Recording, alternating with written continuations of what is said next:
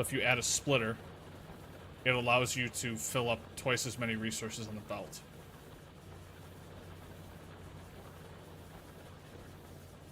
And I do it again down here.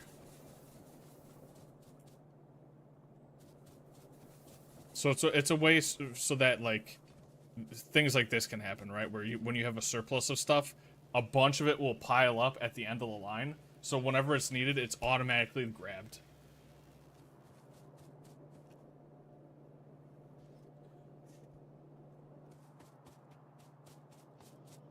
And actually, now that I think about it, this splitter is pointless. I don't know why I put that there.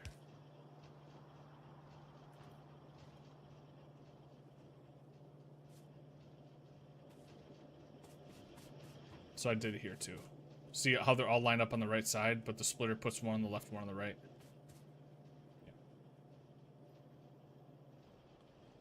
So these are the labs that I use. This is how you research. In the top right corner, there's this whole talent tree that needs these potions. So these are the buildings that use those potions to research this thing. So I'm pretty much funneling all of the potions to these buildings, and I have them lined up so that they pass the resources to each other and push them to the end of the line. So all of them are being passed the potions that they need.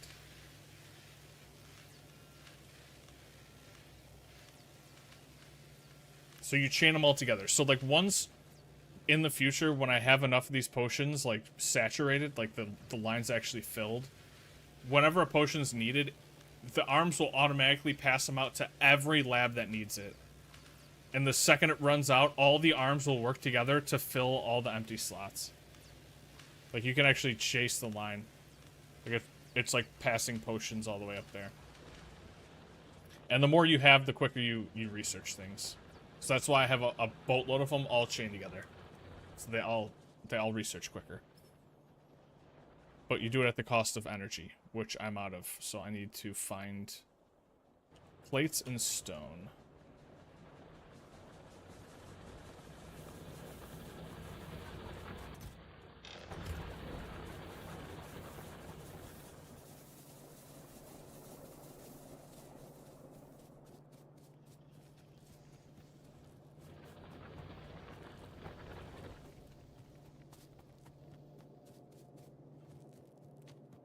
I don't know, now that it's gigantic, it's crazy. But the issue is now that I'm running out of the base resources to keep this thing growing.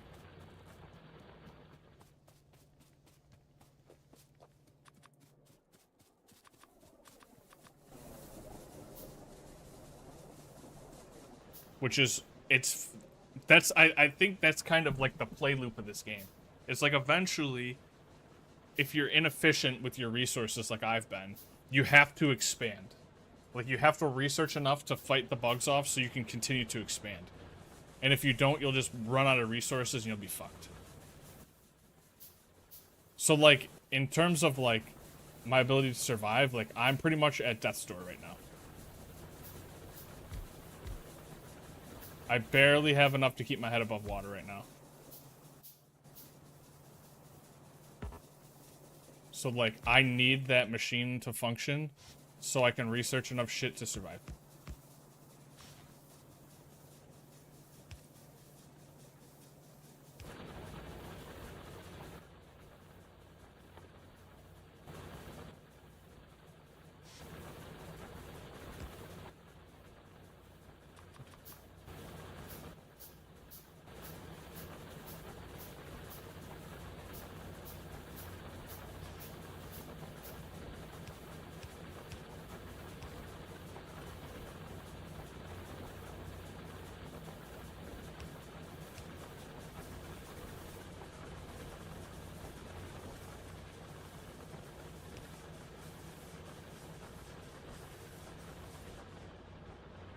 Alright, that's enough power to keep me going for now.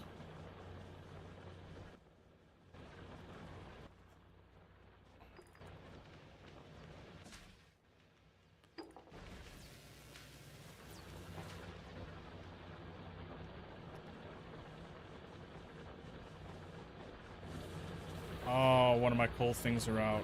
Fuck.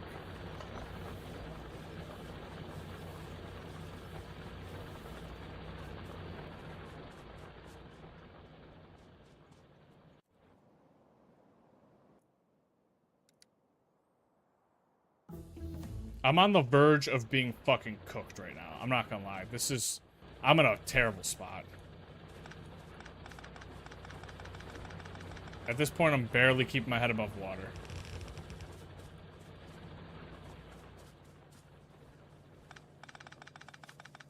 I'm running out of pretty much every resource.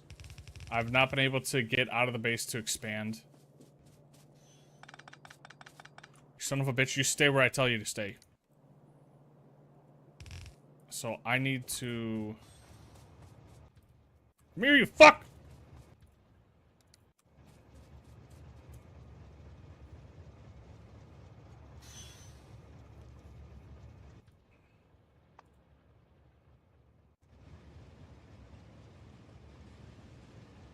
Wait, can I jump out of the train while it's flying? Science experiment number 2.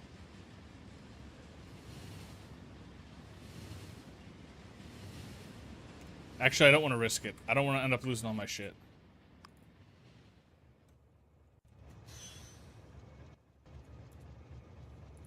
Okay.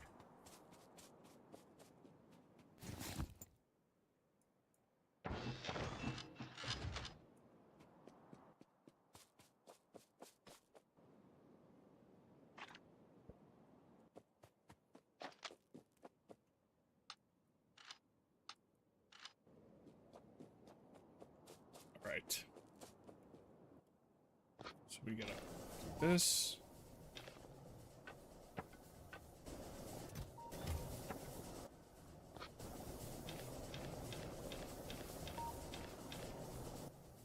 Okay. Coal is becoming a problem. And there's some coal up here I could grab. Quite a lot of coal.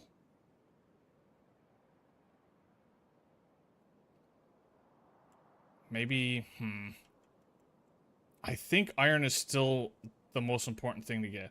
I think I want to get iron first. This is tough, because I wanted to have a train running through here.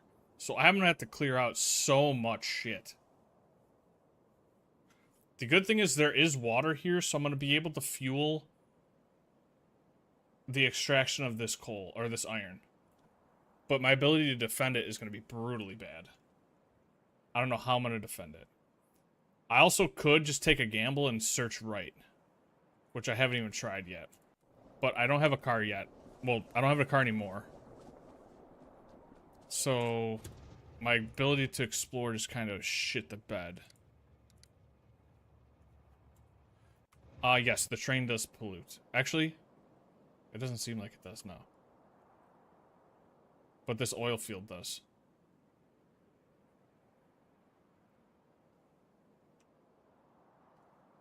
The oil fields are based off the percentage yield. So it seems like maybe they don't have...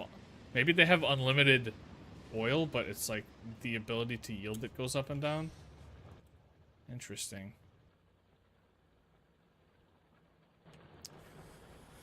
Okay.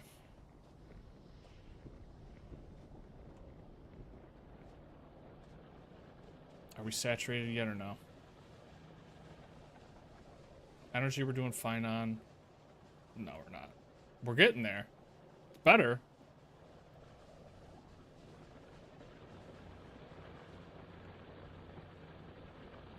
If I put mods on these buildings to build quicker, I could probably get there.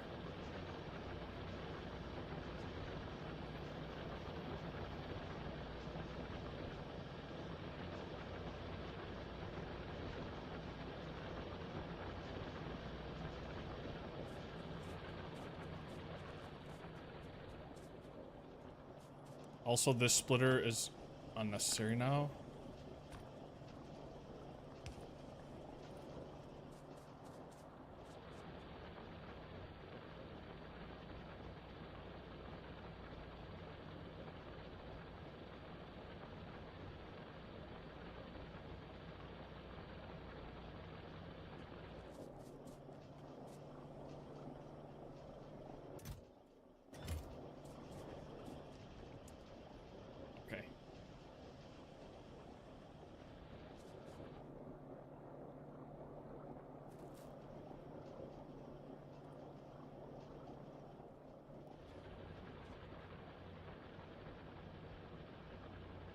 Alright, I'm gonna call it a night here. It's the perfect place to call it. I have a million different things I need to fix and improve on. Holy shit. How old is this file? How long have we been playing this file? Almost 20 hours? In like 2 days or 3 days? Jesus, Murphy. Come on, music, you're gonna stop right then and there?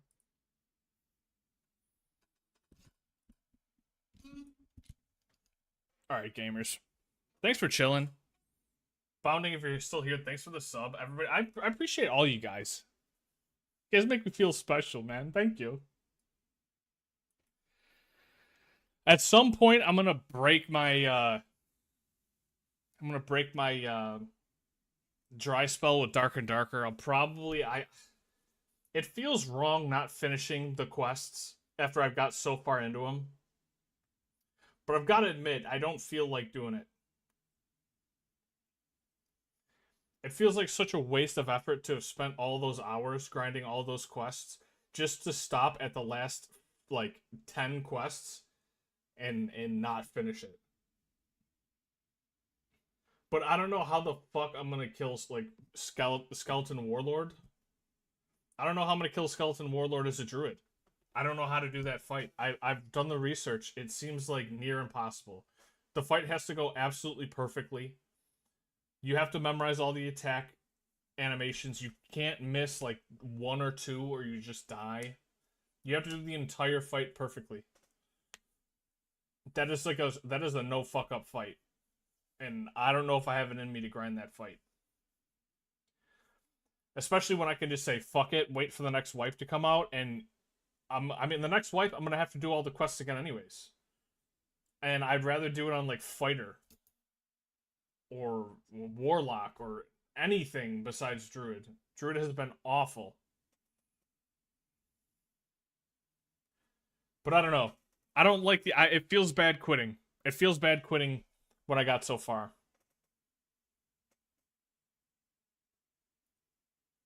I don't know. It really comes down to what you guys enjoy watching.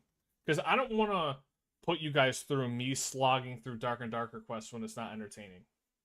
Like, at least if I was playing a better class in PvP, then I can have more fun, like, fighting off opponents and working towards doing the quest at the same time. I feel like with Druid, I'm just really pigeon-held. I don't feel like I can really do much in combat. Unless I spend a bunch of money on gear. Well, I appreciate that, but I want to make sure I'm giving you guys something that you enjoy watching.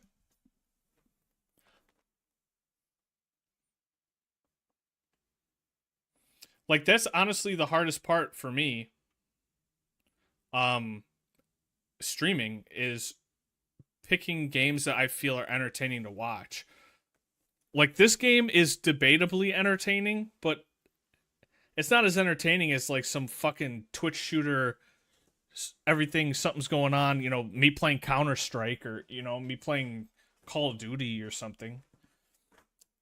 Maybe Team Fortress 2 or, I don't know, something along those lines. I just don't want to bore you guys. You're nice enough to tune in. I want to make sure I'm entertaining. And a lot of the games that I play, honestly, are so hard to watch. Like, Hearthstone Battlegrounds, 90% of the time, you guys are just staring at the screen being like, what the fuck are you doing? What is even happening on the screen right now? Hearthstone Battlegrounds is definitely one. I mean, I guess I could play, like, the old retro Yu-Gi-Oh games, because I feel like more people grew up playing Yu-Gi-Oh than they did, you know, learning Hearthstone.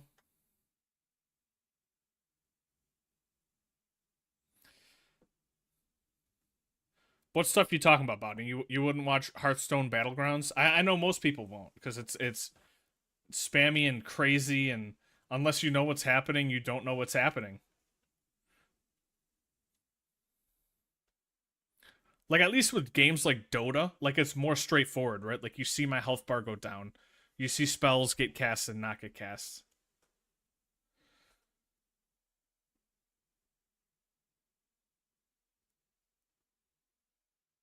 Oh, you don't like CSGO and MOBAs?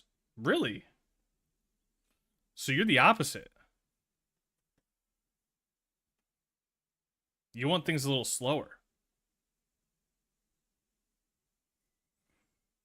Ooh, if I had the money to play MTGO, I would. Oh, you have no idea how good of a cube drafter I am. You have no idea. I'm a legacy cube draft god. Have you wait, do you know what cube drafting is? Not to be like, "Oh, you don't know what you're talking about," but yeah, you can rent I don't have the money to spend to rent the cards though. If I'm being just straight honest with you, I just don't have that kind of money.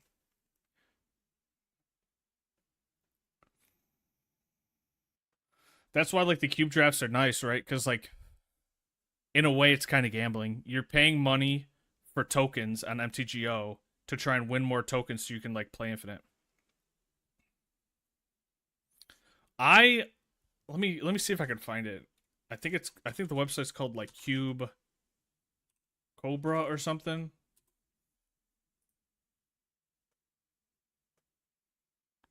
Let me see if I can log in here.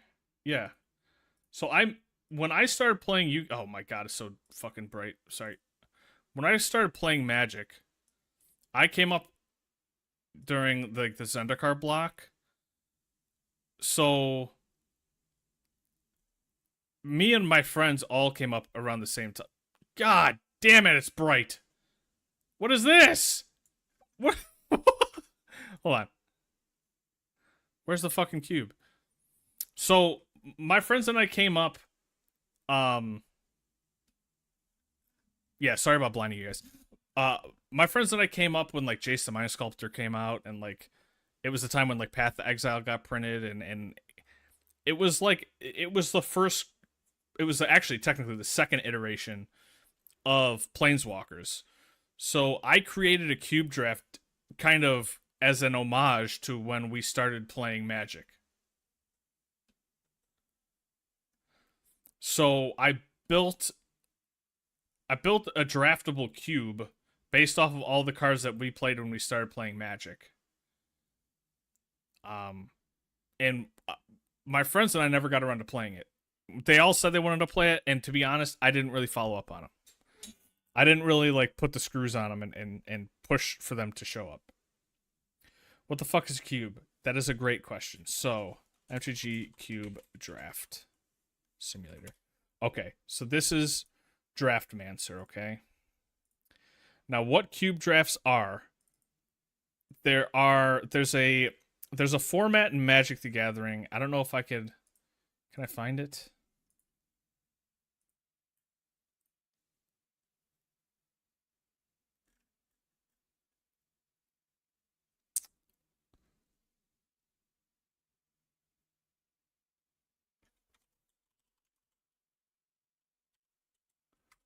Where's the fucking... How do I Legacy Cube Draft?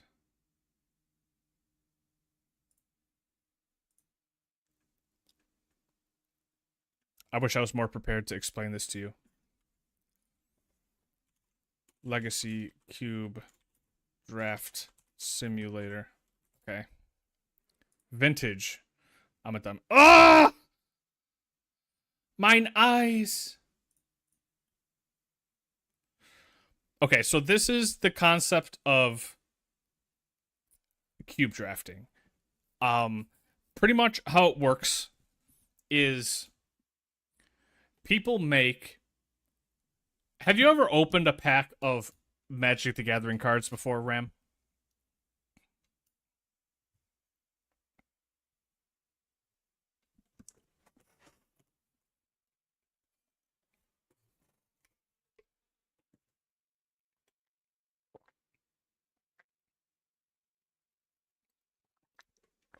Okay, so in Magic the Gathering, there's a format called drafting.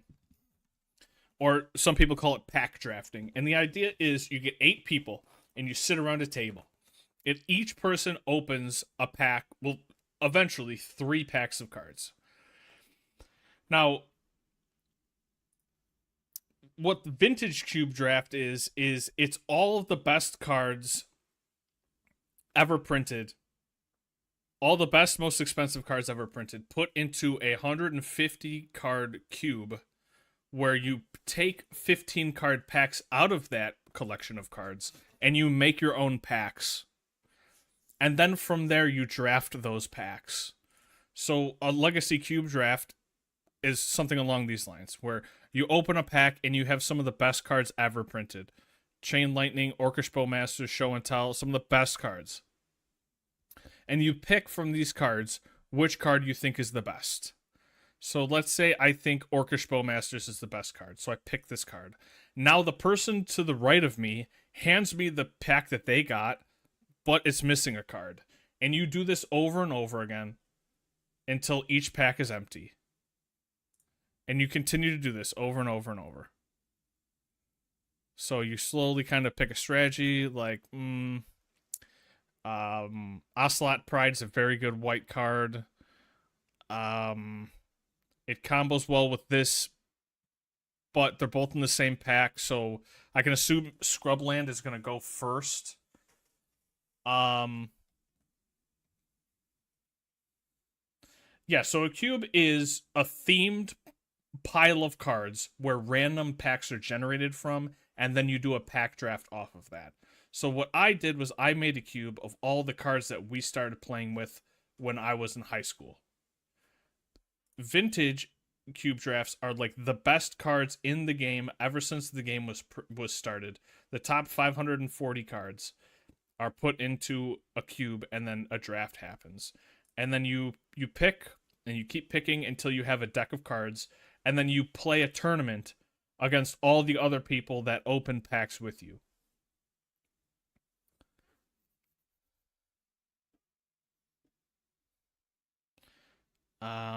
Council's Judgment.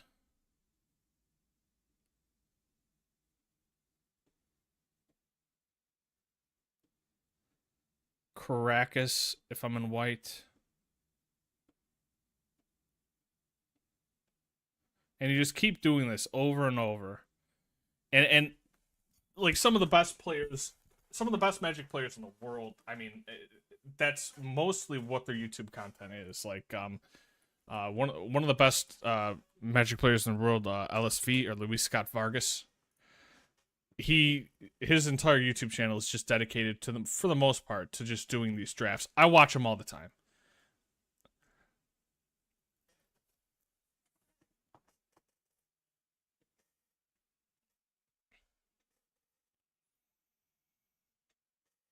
They actually did this really cool event in Las Vegas where they took a cube and they turned it into a tournament, and pretty much any card that you pick in this cube you keep. And it was an invitation only tournament. Now, that might not sound like a big deal, but in vintage cube drafts specifically, they use every single card in the Power 9. So if a pack is opened and a Black Lotus is in the pack, you just get to keep the Black Lotus. And it's a genuine, authentic Black Lotus. And in this tournament, somebody ended up getting a Black Lotus. So just for participating in the tournament, they were given a Black Lotus.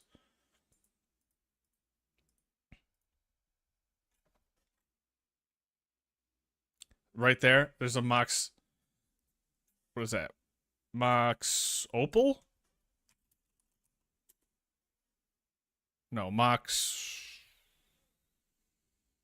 Jet? No. It is Mox Jet. Yeah, that card was a $3,000 card that he just got for playing in the tournament.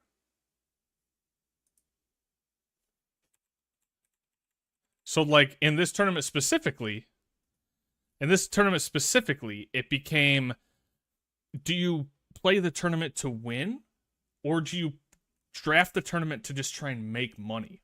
Because you qualified for this tournament, and you could honestly just throw the tournament, because there's fucking like $3,000 prize cards that you can get by just picking cards that aren't necessarily the best. Now, naturally, Moxes are part of the Power 9 and are insane, so of course you're first picking Mox Jet. There's no card of the Power 9 that's not being picked. But almost always the first pick of each pack is mostly the most expensive card in the pack.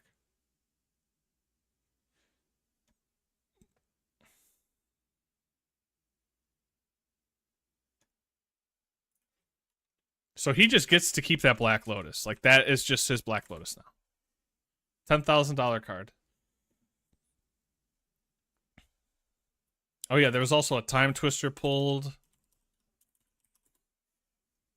$4,000 card. So, like, shit's crazy. But people do it online because it doesn't... People don't have thousands of dollars to spend on these cards. So they just do it online.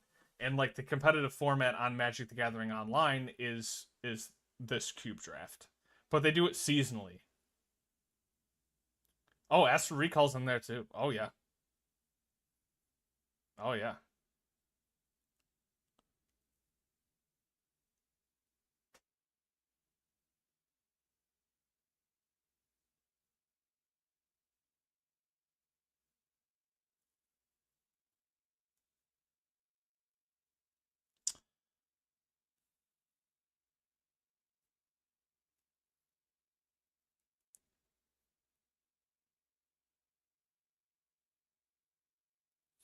Like, looking at this pack, like, I don't know what to pick. Like, Gaia's Cradle is the strongest card in this pack. By far. But it's not on color. But I'm not, like, heavily committed into white. I don't know that green-black is a good color combination. But, I mean, Gaia's Cradle is just the strongest card in the pack. I could also just be, like, a green-white deck that splashes black. I don't have the money to do it, man. Maybe someday. Maybe if I grind streaming enough to the point where I make some money off it, then maybe. Maybe if I start making some YouTube content and start bringing in money. At the beginning of the upkeep, on your turn, put +1. That card's actually really good.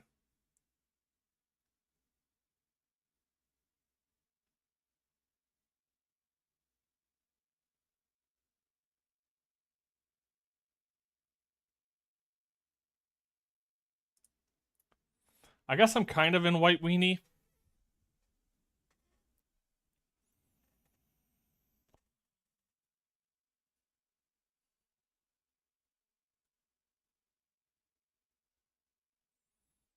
If I end up going into green, Yavimaya is really good, so I'm going to take it. Elite Spellbinder is pretty damn good.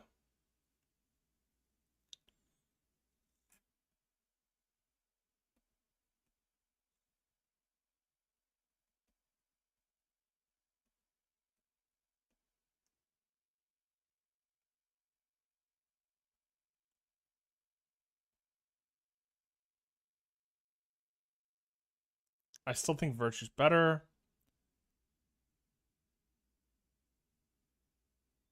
Definitely Intrepid Adversary. This Wheels, which is insane. Knight of the Reliquary could be splashed. Also, if I'm in green, Hex Drinker's really good. I'll take that. Green white card. I could push for Domain. It's way better. It's way more likely than. Is that a last pick Eureka?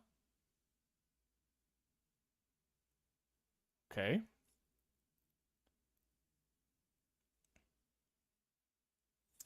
This pack is pretty brutal.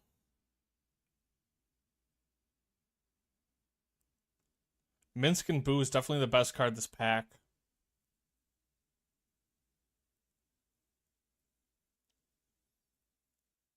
Followed up probably by Sheldock Isle. Actually, no, that's not true. Minsk and Boo, Ragavan are definitely the two best cards. Third is Sheldock.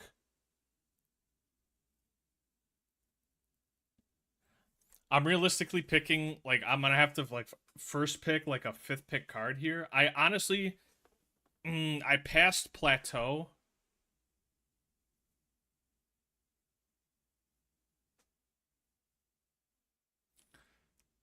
So my ability to splash red's gonna be pretty bad.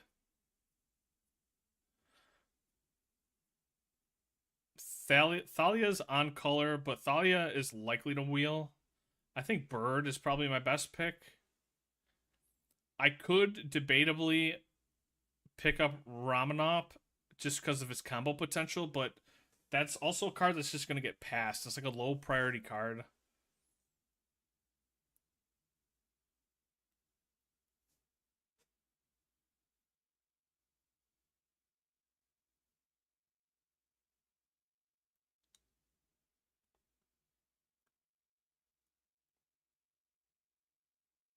But both Zernorb and Ramanop are in the same pack, and Titania is in the pool.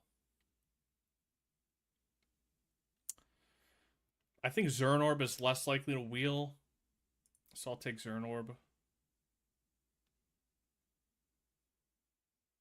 There's a Time Walk. Okay, it's got to take Time Walk. This is always worth splashing for. Wow, and then I get past Badlands, so the Minsc and Boost Splash would have worked.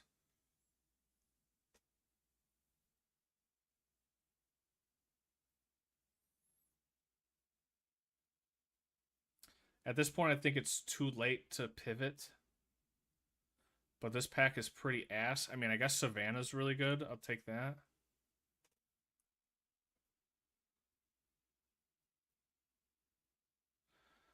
Tide Hollow Sculler. Concealed Courtyard. Atraxa is actually on color. Yeah, I think I just take Atraxa here. Because I have to splash blue for Time Walk. I can't not. A Surveil Land is a pretty weak pick. I don't know what I'd be ramping into with a Mana Dork.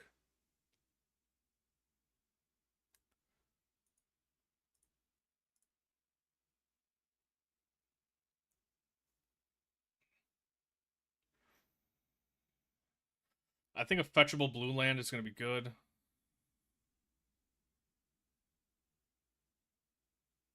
Unfortunately, Chromox is bad in this deck. Library of Alexandria.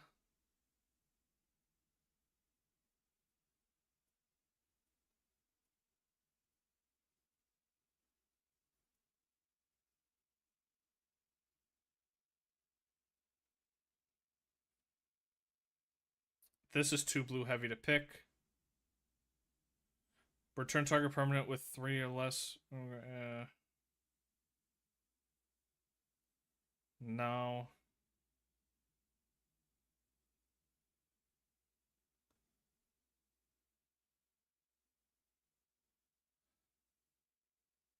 This pack is really bad for me.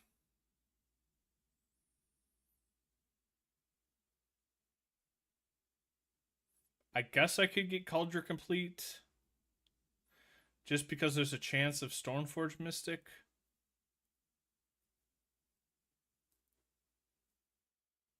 Portable Hole.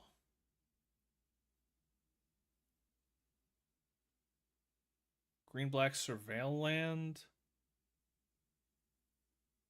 Black is getting cut pretty hard.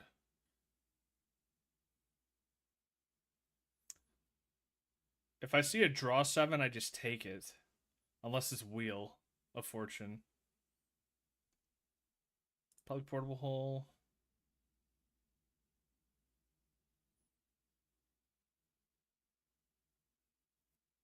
Oh.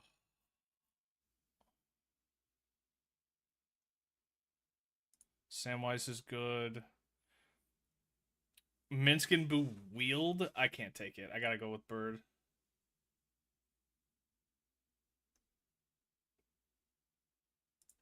Johnny's really good. Badlands Wield? Alright, the AI is fucked on this.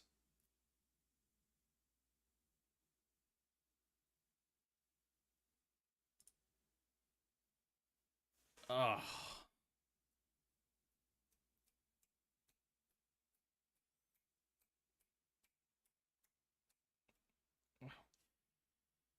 I have one black land.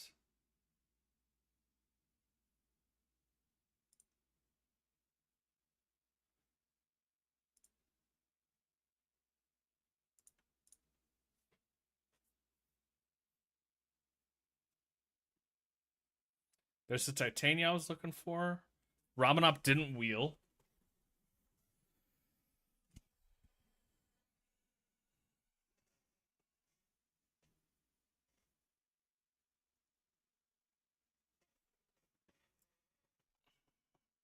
Is there a card here that I pick over Titania? I mean, I should take Ponder. Nadu, I don't have the facilities for that. This might be pickable. I mean, I think this is pickable, but I think Titania is too important for me to pass. A Time Warp, a Mana Leak, a Breeding Pool. I haven't seen a single fetch land.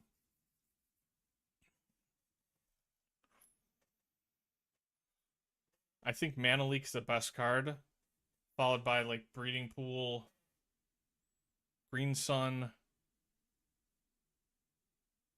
Also, Green Sun Atraxa is insane.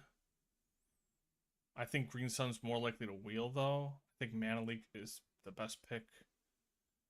Wow, Tolarian Academy. Still no fetches. I think I take this.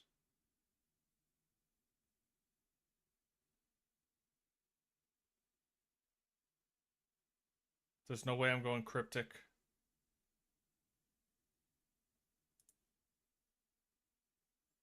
Not a single fetch made it to me. Path to Exile seems good here. Bazaar of Baghdad's also great. Wow, I can't believe I didn't see a single fetch this whole game, this whole draft.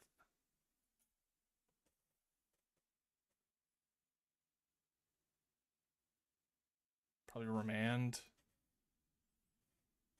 There could be an argument for Talisman.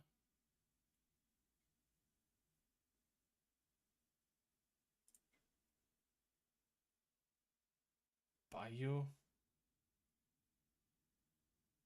Bayou's just the best card here.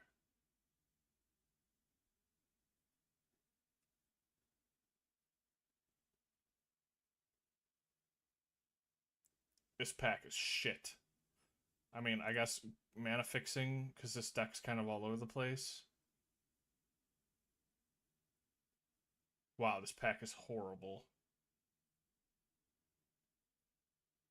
And Nadu's still in here. It's insane.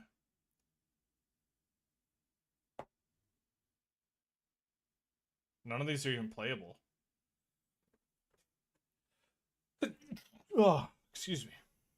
Ephemerate? Ephemerate my Atraxa? Green Sun wheeled? Yep.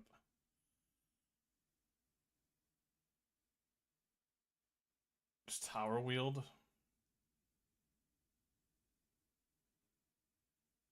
I mean, I guess Uro? There's no world I play Hogak. I mean, I guess I could Zernort my lands away and then play Hogak.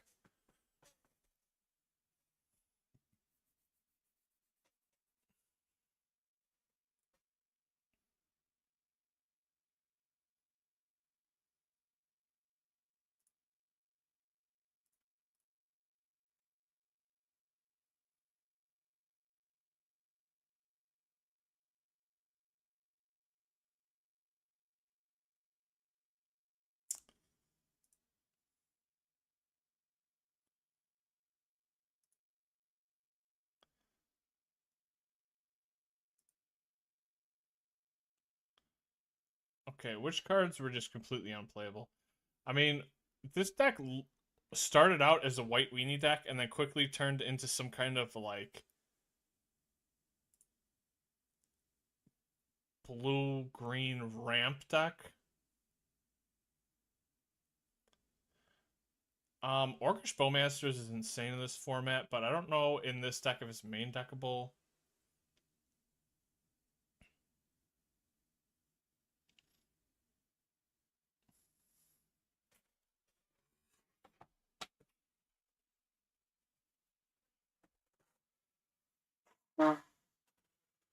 Excuse me. Also, Eureka is like unironically good with Atraxa. Virtue doesn't seem good. This seems bad. I'm also on 11 lands already.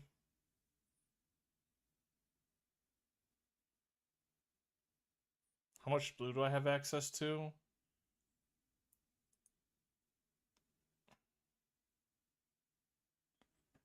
1, 2, 3. I think hedge maze can be cut.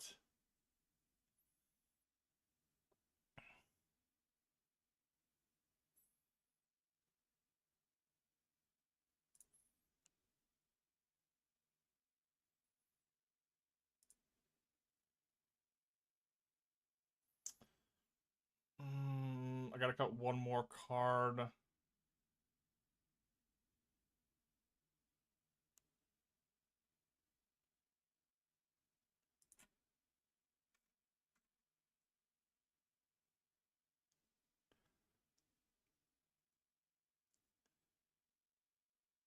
One white, 2 white, 3 white, 4 white.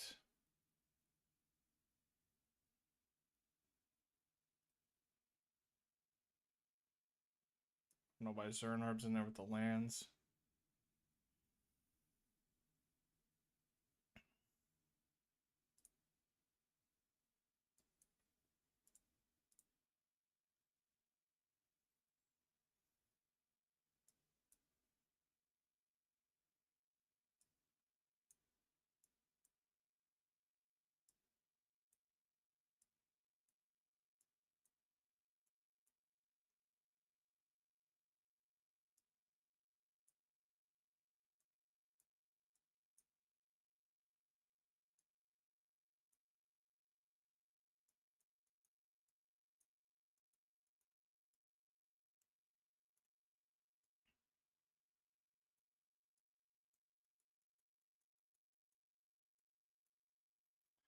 I also don't think this is like the greatest Cradle deck, but there's also like a world where you just go like a bunch of green 1-drops into like a crazy fast Cradle like Green Sun play. Or like a turn like 2 or 3 Eureka.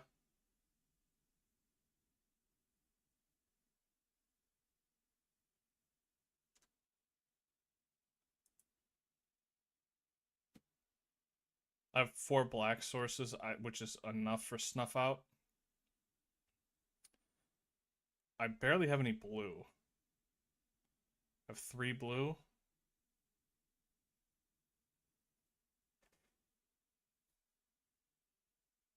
And 4 lands, so like actually it's probably just 4 islands. Because we have 1, 2, 3, 4, 5, 6 green. Or it could just be like 3 islands, 1 forest.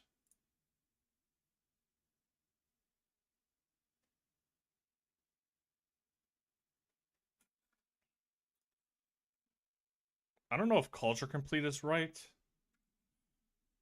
This card's super strong, but it's like I don't have the enablers for it. I just don't know if I have anything that's better than it.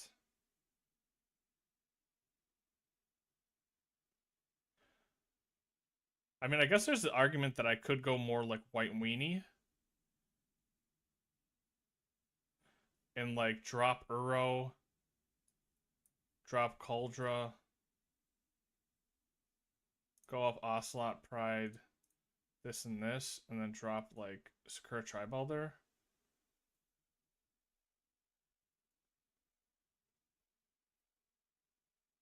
My 1-drops are kind of all over the place, so.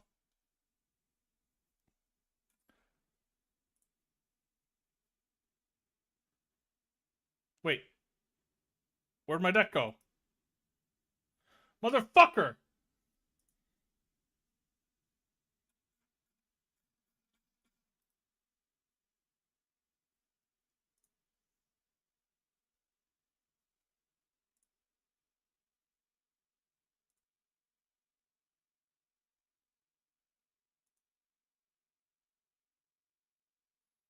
Oh, this is cool.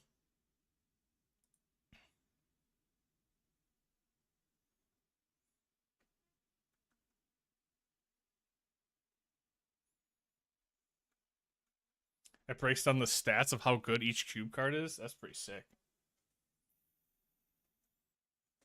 It's a pretty steep drop off after the power 9.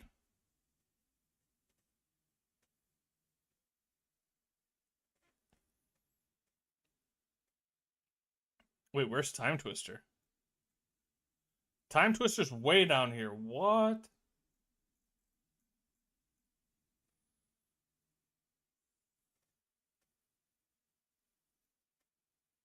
Well, yeah. I don't know. Okay. It's fucking 3 in the morning. I gotta get some sleep. Thanks for watching. I love. Oh, God!